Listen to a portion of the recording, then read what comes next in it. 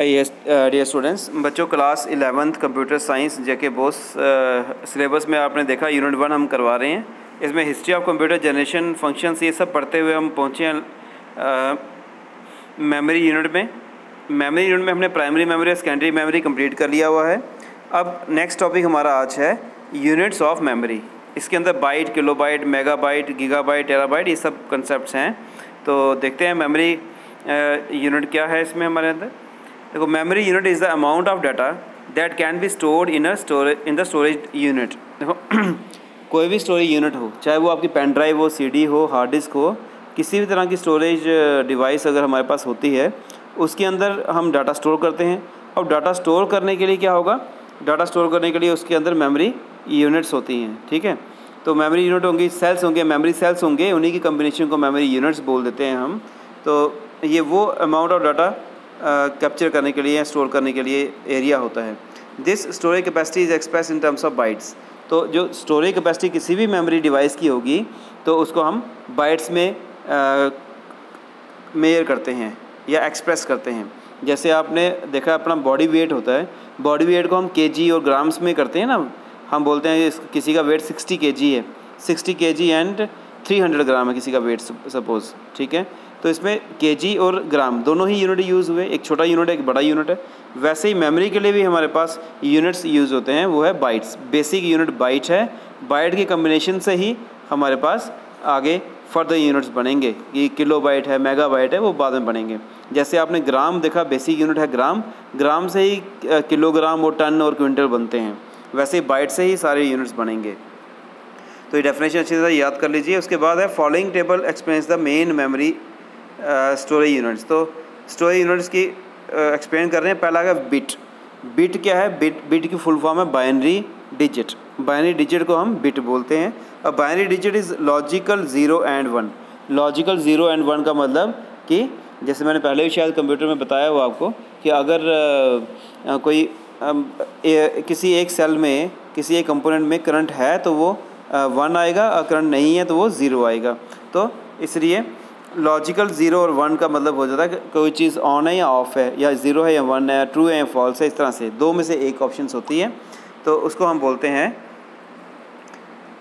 Bit, binary digit बोलते हैं 0 और 1 को। ठीक है, तो सेकंड आ गया निबल। निबल क्या है? A group of 4 bits. अगर 4 बिट्स लिख दें, जैसे हम 1011 लिखें, 1011 लिखा, 4 डिजिट लिखे हमने, 4 बिट्स लिखे, इन 4 बिट्स के कम्बिनेशन को हम निबल बोल देंगे। जैसे 1111 या 1000 या 1110, इस तरह से कोई भी कम्बिनेशन हो सकता है, उसको हम निबल बोलेंगे, 4 बिट्स के कम्बिनेशन को।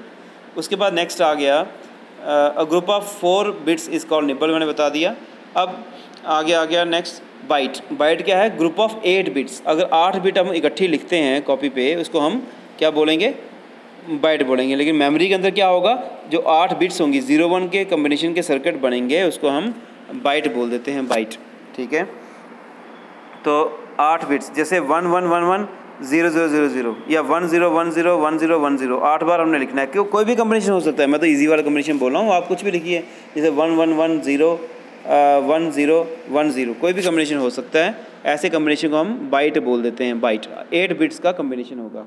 आगे नेक्स्ट आ गया वर्ड।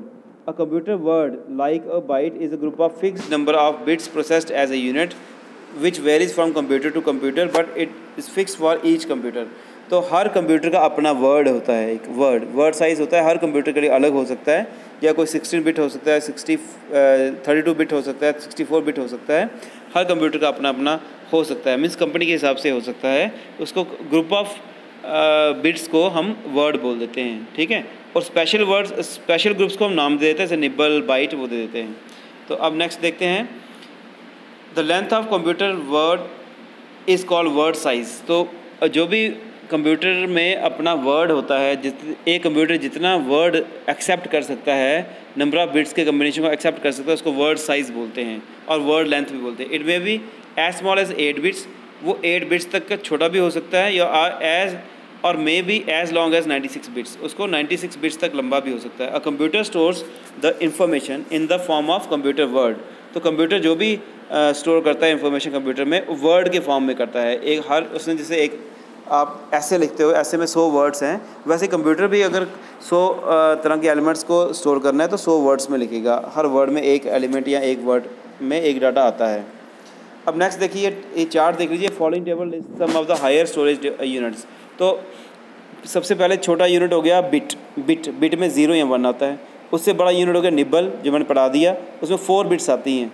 उससे बड़ा यूनिट हो गया बाइट में 8 बिट्स आती हैं। उसके बाद बड़ा यूनिट बन गया किलोबाइट में 1024 बाइट्स आती हैं। उससे बड़ा यूनिट हो गया मेगाबाइट, तो मेगाबाइट में 1024 किलोबाइट आता है। उससे बड़ा यूनिट हो गया gigabyte, 1 GB is equal to 1024 MB, मतलब 1 GB में 1000 से भी ज़्यादा MB होते हैं। फिर टेराबाइट है, टेराबाइट में 1024 GB होता है और पेटाबाइट में 1024 TB होता है। ये यूनिट आगे आगे बढ़ते जाते हैं।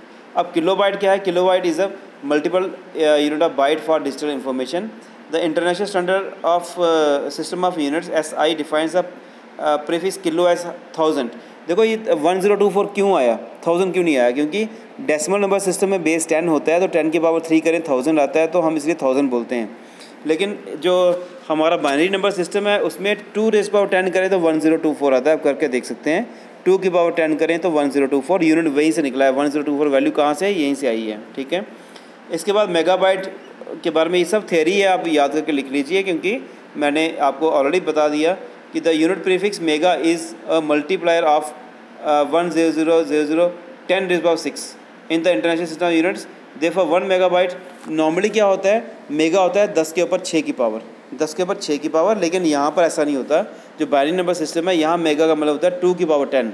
याद रखना, जो पीछे पेज में हम देखा, किलो का मतलब नॉर्मल लाइफ में 10 की पावर 3 होता है, उसको किलो बोलते हैं 1000 को। लेकिन कंप्यूटर में किलो को बोलते हैं 2 की पावर 10। 2 की पावर 10 को किलो बोलते हैं, 2 की पावर 10 को हम मेगा बोलते हैं। ऐसे बढ़ते जाता है। फिर 2 की पावर 3 को हम GB बोलते हैं, और इस रंग से आगे बढ़ता रहता है। 2 की पावर 40 को हम टेराबाइट बोल देते हैं, ठीक है, और 2 की पावर 50 को हम पेटाबाइट बोल देते हैं। याद रखना, ये इसके बेसिक यूनिट्स हैं, ये सब आप नोट कर लीजिए। तो आज की वीडियो 8 मिनट की हो जाएगी, इसलिए इस पूरी वीडियो को आप बार बार देखिए, इस नोट्स को बार बार पढ़िए और आपको सारा कुछ समझ में आ जाएगा। ये किलोबाइट्स और ये यूनिट ऑफ मेमोरी का यूनिट था, ये आपको मैंने कंप्लीट करवाया। इसका होमवर्क भी कर लीजिए। All the best.